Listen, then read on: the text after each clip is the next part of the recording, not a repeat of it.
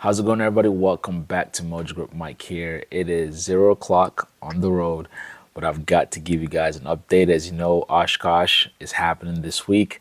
Unfortunately, I wasn't able to make it to the show this year, but I am keeping up with everything aviation related. And the big news this week, to me, the biggest news in the last 10 years in aviation happened this week, which is MOSAIC finally is a done deal. Okay, it's here, it's happened, and it's happening. And so I want to break down a few things that I think are the most important and that you guys should pay attention to. Okay, the book of law itself is about 700 pages long, but I'm going to draw out 2 to 3 things that I think will affect all pilots. All right, if you're new to the channel, again, my name is Mike. I'm an instrument rated pilot, soon to be a commercial pilot. I'm working on it. Also, I run a flight school and I have about 10 years or so in aviation, flying, aircraft ownership, and of course training. So what is MOSAIC? This is the new modernization of not just certification for pilots, but also the airplanes and privileges available to pilots and mechanic, by the way, which we're going to touch on this video. So currently or previously, if you wanted to learn how to fly, you would either get a sport pilot license or a private pilot license. And in order to get a private pilot license, which to me is the real primary ticket to fly, you need to pass an FAA medical exam and you go through the training, you go for a check ride, and boom, you become a pilot, right?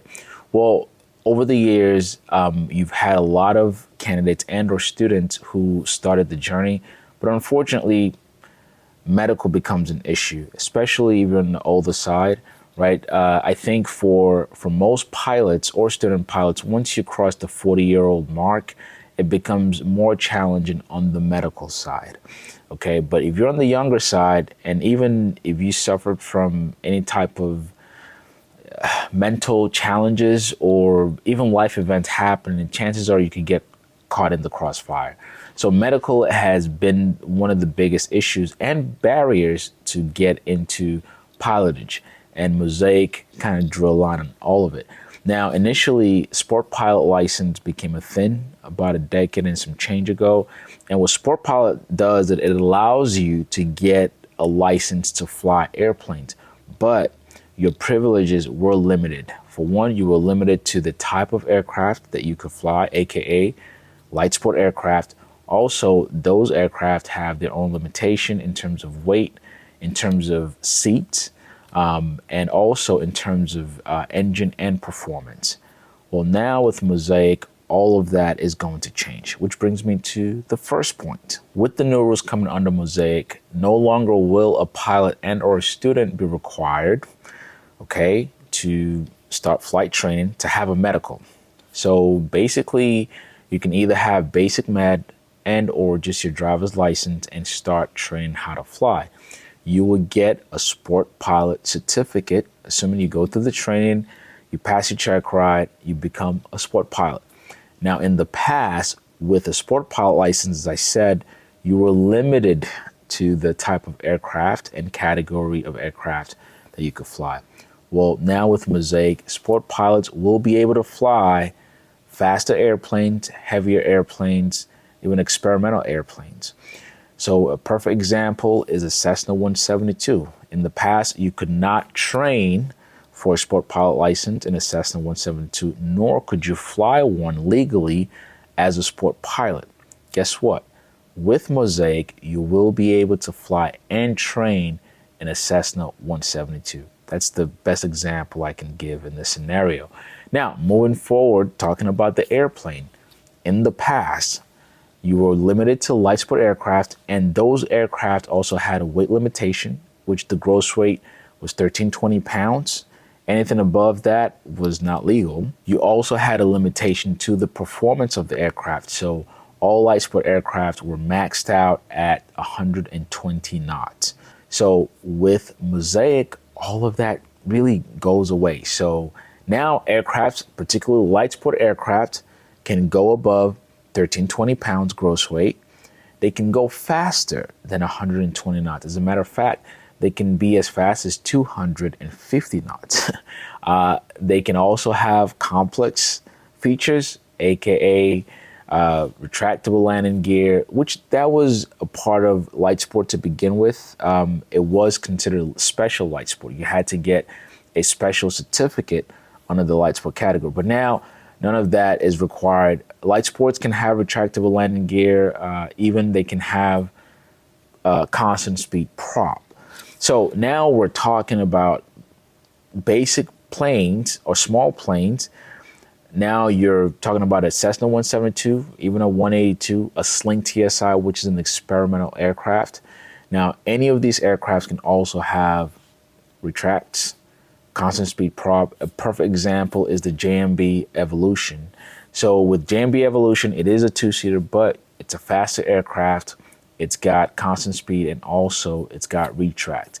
Now, with a sport pilot certificate, you can fly that airplane. The third point is the maintenance of the aircraft. In the past videos, I didn't touch on this at all, but if you're looking to get into aircraft ownership, maintenance is going to be a big portion of what you think about before you buy any make and model. Well, the general rule is your airplane has to be fixed and signed off by an A&P mechanic, right? Guess what? In MOSAIC, you can have a repairman certificate, which this was part of the rules in the past, where repairman certificate, meaning if you, the owner, got a repairman certificate, you could work on your own airplane under the light sport category. Well, with MOSAIC, now you can have a repairman certificate, work on light sports and experimental airplanes and sign them off. There is one but. So if the aircraft is considered complex, or say, for example, it has a constant speed prop, that plane will need to be worked on by an A&P mechanic and signed off by an A&P mechanic. But if you're just a standard light sport, repairman certificate could work on that. And why this changes the game and how I want you to see this new rule is that think about owning an airplane, right? If you've ever had any experience owning an aircraft, when you need to fix your airplane or you need to do your basic inspections and or annual, chances are you're going to a shop, you're paying the shop rate, which is on average $160 an hour. You have to wait because there's always lead times. You might have one shop in a 100-mile radius or in a 50-mile radius, and that one shop is always overwhelmed with a ton of airplanes. Well, now, rather than waiting for the shop and or paying the expensive $160 an hour, you yourself can get a repairman certificate and or find someone with a repairman certificate and pay them a fraction of what it will cost if you were to take the plane to a shop. So even on the commercial side, right, if you're running a flight school, a Part 61 flight school, now if you have, say, a Rotax power plant and or a light sport aircraft in your fleet, a repairman, someone with a repairman certificate can and legally can work on those airplanes and or sign them off. Now, the fourth then is the experimental category. This is to me, my playground because I fly and I've built a good number of my hours as a pilot in an experimental aircraft. In the past, experimental aircraft are exactly what they are, experimental. And really the FAA kind of have us at an arm length because of safety regulations and or litigation. So if or when you buy or build an experimental aircraft, the FAA really doesn't want to mess with it. So there are rules that have limitation. Chances are also with insurance, you're getting your legs cut off with certain makes and models. But now, how does MOSAIC affect the experimental category? The first thing is now some experimental airplanes will go under the light sport category and be certified as a light sport. What that means is this: from the manufacturer standpoint, now you can have airplanes that are factory built. In the past, we know them as exhibition. An exhibition is self-explanatory. It means the factory is building this one airplane so they can showcase for marketing purposes or whatever the case may be. And so in the past, as an experimental aircraft owner or builder, you generally have to build the airplane yourself. I went through that phase right? And also, when you register your airplane, you are the manufacturer, right? If you look on November 661 My Golf, look at it on the FAA database, it will say my name because I was the builder of that airplane. Well, now with MOSAIC, you can have a factory built Sling TSI, for example, and be certified as a light sport because the gross weight is within range now. The performance is also within the envelope. And even having 4 seats now can be categorized as a light sport. Again, in the past, light sports only had 2 seats. Now you can have 4 seats. So you would have now a lot of make and models that can fall under the light sport category. And if I didn't mention this before, it's almost like the rule is moving away from weight limitation to performance limitation.